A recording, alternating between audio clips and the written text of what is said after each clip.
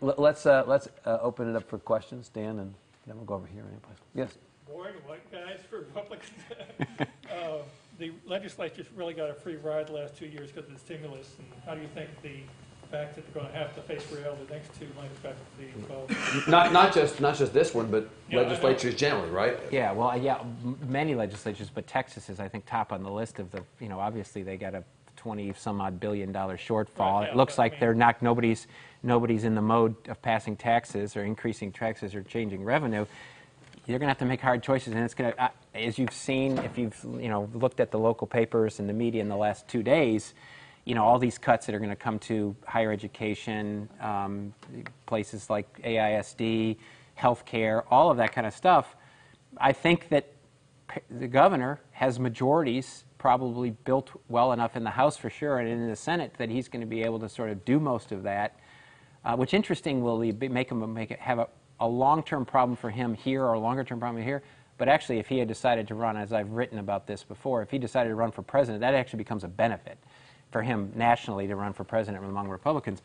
But this will be the first time in a legislature that I can remember that they're going to have to be forced to say that we're doing this, and there's nothing we're going to do about it. And it's not just the idea that there's a bunch of fat, that we can get rid of a bunch of fat.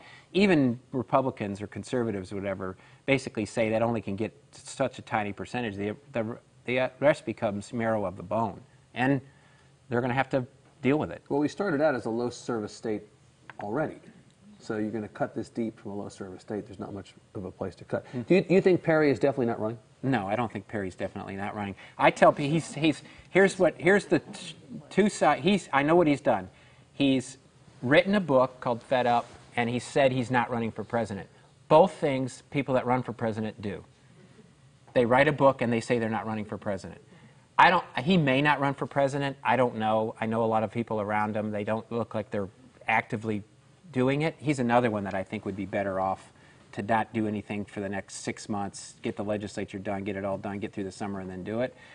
I think he may not run. He may have no interest in it. But I think as the field continues to sort of have no strong emerging candidate, it gets harder and harder for him not to run, I think. Do you think he wants to be president? I don't know. He seems to love being governor, but, I don't know. You never worked for him? No, I've never worked for him. It's funny, when I came to Texas, I ran the Texas Democratic Party's primary here, and I remember one of the filings I took in 1986 was for Rick Perry's filing as a Democratic state rep. I took Rick Perry's filing for Democratic state representative from Abilene, which is kind of funny. He ends up the Republican governor longer in history. I end up going to work for Bush as strategist. But yeah, I remember. That's the closest I've come to doing anything official for him. For Rick Perry. Yeah. Sir? Welcome back. Next I time, moved. Stay a while next time. It might snow. Two quick related questions. What do you think about Mark McKinnon's group, the name of which escapes me at this moment? No labels. It's objective. Thank you. And also, what about a test before you can get a voter ID? I'm a liberal Democrat. You take a test to get a driver's license. What about a test? Like a literacy test? I'll do the second one first. I think that would be very, very difficult to do any sort of test. I actually believe I trust 300 average Americans or 300 average Texans to make a better decision than 300 people in Washington, no matter what their level of literacy is. I just think they have a better capacity with common sense and knowing.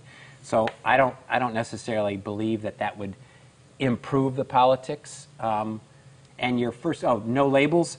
I don't know. I think it's another attempt. Like a lot of different groups, Third Way, and a number of people saying they want to get past it. To me, the way you're going to succeed in this is not to have some big national group and then communicate it down. The only way you're going to succeed in making a change, which I think in the history of the world, if you really realize the history of the world, is to make a change locally and as small as possible, and that small possible change then multiplies. Not like, let's hold a press conference in New York with a bunch of people, Joe Scarborough and a whole bunch of people, and we're going to say that we're no labels, and then, oh, by the way, it's going to get down to the grassroots. I think the only way, as any change has happened in the history of the world, whether it's political, religious, or economic, has started in a very small neighborhood way and then basically caught fire and gone across. And that's the way, I think No Labels have great ideas, but until the fire is lit locally, it's not that will not change. I kind of freaked out when I got a message from the White House website, David Plough. Man, go back underground, do what you do. Yeah. Yeah. Hi, Matthew. Hey, how are you? Fine. We'll welcome you back into the Democratic Party. What about what's going on with the leadership in the House in Washington trying to control their people? And not having much success, apparently. Well, Right? right. They missed out on reauthorizing the Patriot Act. They took another vote yesterday about funding for the UN, and they couldn't get back. They campaigned on getting money back from the UN. That vote failed in a Republican majority. Yeah, they seem to have, though, good discipline that if you send a shirtless photo on the internet, you're going to be gone. We didn't even talk about that. They're fairly disciplined. For everybody that hasn't been in the news, the congressman from New York sent a picture over Craigslist of himself in a sort of JCPenney beefcake pose. And then Well, you really know how to hurt a guy. And women can comment about his physique. But it seemed beefy cake, but for a penny ad. But he was actually going to stay. From my understanding, he wanted to try to stay, and Boehner basically said, "You're gone." So I was half joking. They exercised that discipline. I think Republicans, just like the Republicans here, there's a bunch of state reps here that Joe Strauss is going to have a very difficult time sort of corralling. There is a number of Republicans up there that got elected, a lot with Tea Party backing, some without Tea Party backing, but sort of just out of the blue, that it's going to be very difficult for them to go along. And I think you're going to see that on a lot of stuff that people think is fairly standard, that, no, we need to go ahead and do this, that they're not going to necessarily go along with it. So, it's part of the, they were successful, they got a victory and all that, but it's going to be, I think, it's going to be much harder for Boehner to corral his part of the House than it was for Nancy Pelosi to corral her part of the House. Certainly. Yes. As far as the candidates that are coming out for the Republican nomination, what do you think the best or the most likely winning narrative would be for a Republican candidate in 2012? Regardless of who it is. Regardless, or what candidate would best fit that narrative? Okay, so that's a great question. And I would say, this is sort of my speculation, that the argument that you're going to need to make as a Republican is an argument about something related to the exceptionalism of the United States and appealing to a generation of folks and a number of folks that no longer believe that the next generation is going to be better off than this generation. And that's the first time in our history, or since they've been polling and asking this question, that people feel that way. And I think that the Republican candidate is going to need to, if you assume that the economic environment is bad for Obama, which makes him vulnerable, that they're going to need to have an argument about how do we restore the idea of America's exceptionalism in the world, internationally, and our ability to sort of see a brighter tomorrow for the next generation here. And what detail you get in on that and how you do that, I think if you go off in a whole bunch of issues, social issues and all that kind of stuff, it's bad for the Republican candidate. I think it has to be something along the lines of taking a Barack Obama's sort of hope and turning it a little bit to, we need to be not looking backwards, but we need to look forward, and how do we become, whether it's an argument you make about education or whatever those things, elements are, I think it needs to rotate on that axis. So it's going to be an affirmative campaign. And I think to be. It's going to be a big part, obviously, against an incumbent as negative. But as we've looked at in the past history, that only gets you so far, that in order to win, you have to have a positive part of it. I think John Kerry's, President Bush was vulnerable in 2004. To a large degree, he could have been beat. But Kerry, I think, was a flawed candidate in my view, and one, and two, his message was 95% not Bush, and as opposed to what are you going to do and what it is. And until you turn that corner, you can't win, you can get so far.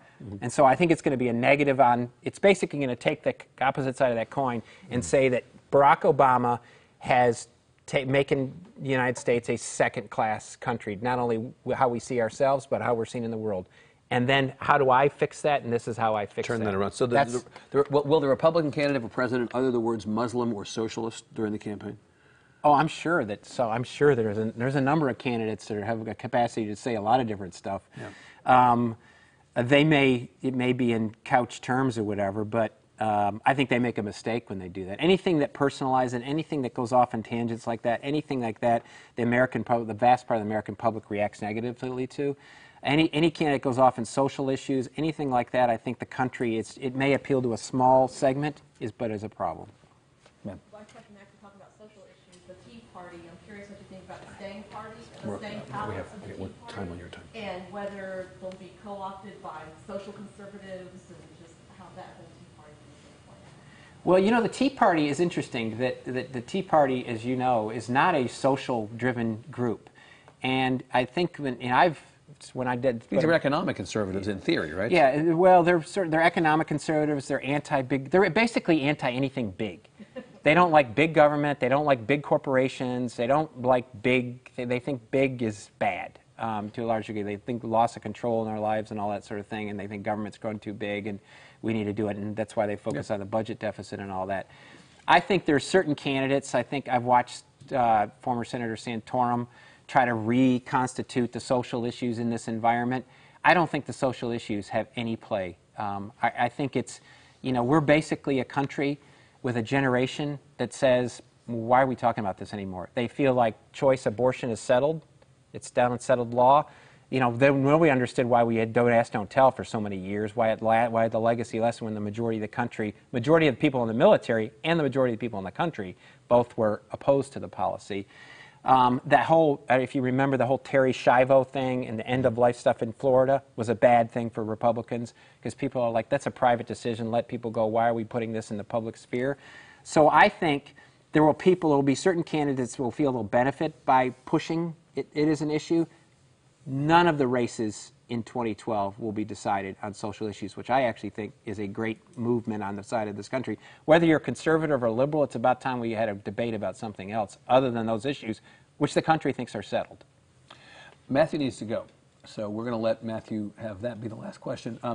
Always great to have him back. Let's give him a hand. Thank you. Thank you. Thank you. Thanks, Really man. fun, man. Thanks, Great. man. Thanks. Great stuff. Well, I appreciate it. Great stuff. Good. Thank you all.